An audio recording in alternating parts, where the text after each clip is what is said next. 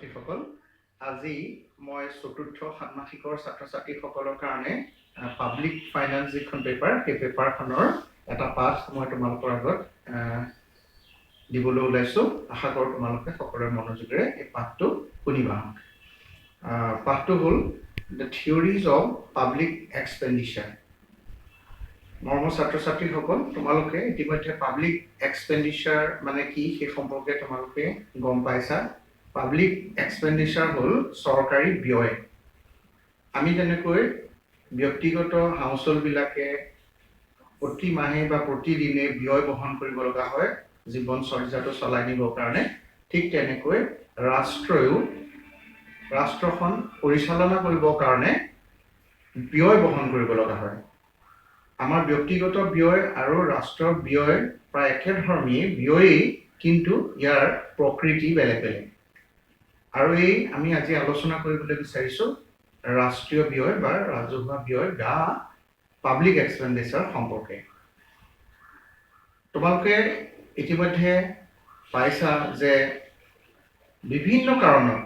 বৰ্তমান কল্যাণকামী ৰাষ্ট্ৰৰ যি চৰকাৰী ব্যয় সেই ব্যয় দিনে দিনে বৃদ্ধি পাইছে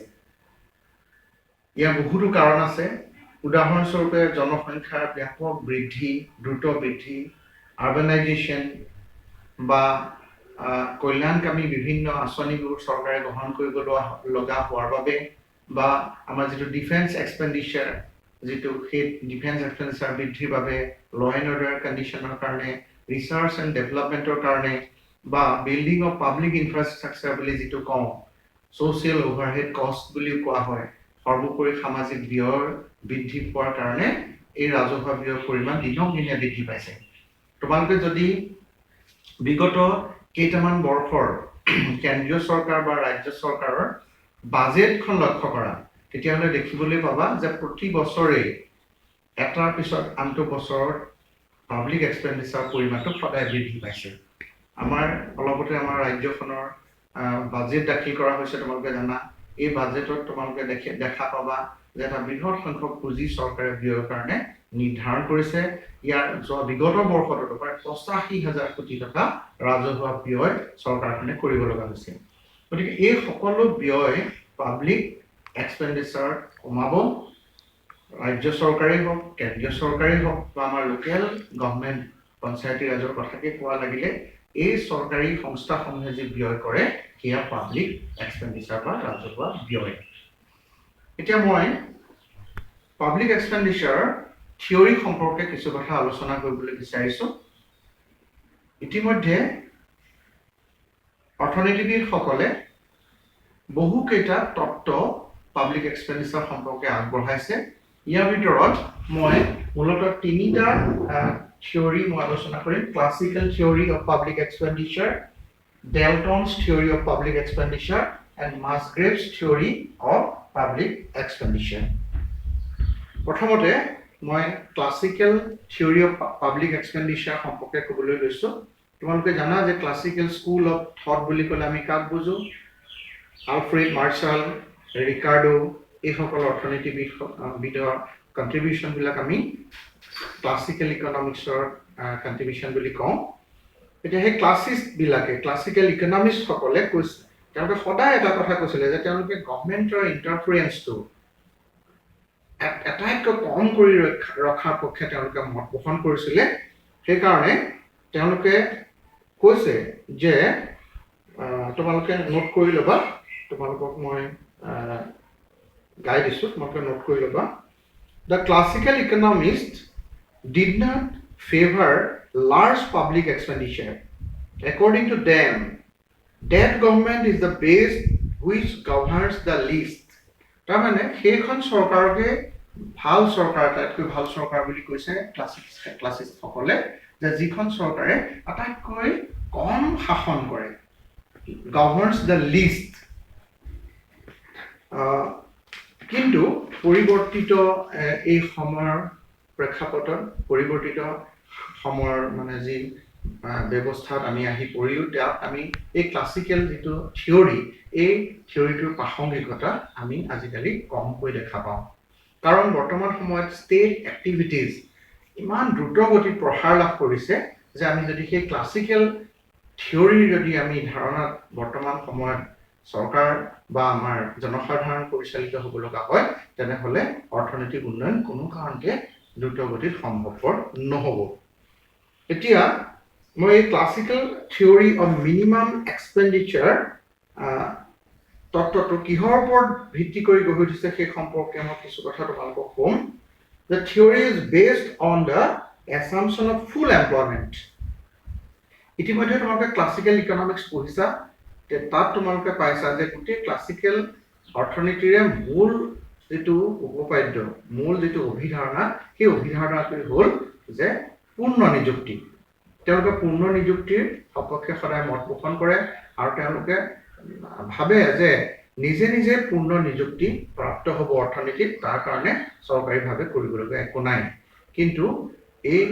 তত্ত্ব সাম্প্ৰতিক সময়ত বা বৰ্তমান সময়ৰ কাৰণে মুঠেও প্ৰাসংগিক নহয়। এতিয়া মই ইয়াৰ পিছৰ যিটো তত্ত্ব, এই তত্ত্বটো বহুলভাৱে চৰ্চিত, যিটো কোৱা হৈছে principle of maximum social advantage. Principle of maximum social advantage এই তত্ত্বটো অধ্যাপক ডেলটনে আগবঢ়াইছে। তোমালোকে নোট কৰা। Dalton states the principle of maximum social advantage in the following words. তোমালোকে নোট কৰিবা। Public expenditure is in every direction must be carried just so far that the advantage to the community of a further small increase in any direction is just balanced by the disadvantage of a corresponding small increase in taxation and in receipts from any other sources of public income. This gives the ideal of both public expenditure and the public income. ইয়াত কৈছে যে maximum social advantage থিয়ৰিটোত এই কথাটোকে কৈছে যে আমি পেৰিটিটো, চৰকাৰী ৰাজহৰ সৈতে চৰকাৰী ব্যয়ৰ যিটো পেৰিটি, সেই পেৰিটি ৰক্ষা কৰিহে চৰকাৰখনে ব্যয় কৰা উচিত। ইয়াৰ পিছতে আটাইতকৈ গুৰুত্বপূৰ্ণ তত্ত্বটো আগবঢ়াইছে principle of optimum social benefit, যিটো আমাৰ মাছগ্ৰেভৰ যিটো তত্ত্ব, মাছগ্ৰেভ অপটিমাম বাজেট থিয়ৰি বুলিও আমাক যিটো কোৱা হয়। Musgrave optimum budget theory number 3। এই থিয়ৰিটোত কোৱা হৈছে, তোমালোকে নোট কৰা, the optimum budget theory of মাছগ্ৰেভ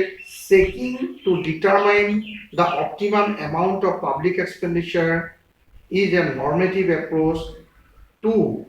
budget policy. Budget policy সম্পৰ্কে তেওঁ উল্লেখ কৰি কৈছে যে Musgrave built up an ideal theory according to which a budget should realize 3 objectives, that is proper allocation of resources, proper distribution of income, and price level stability with full employment.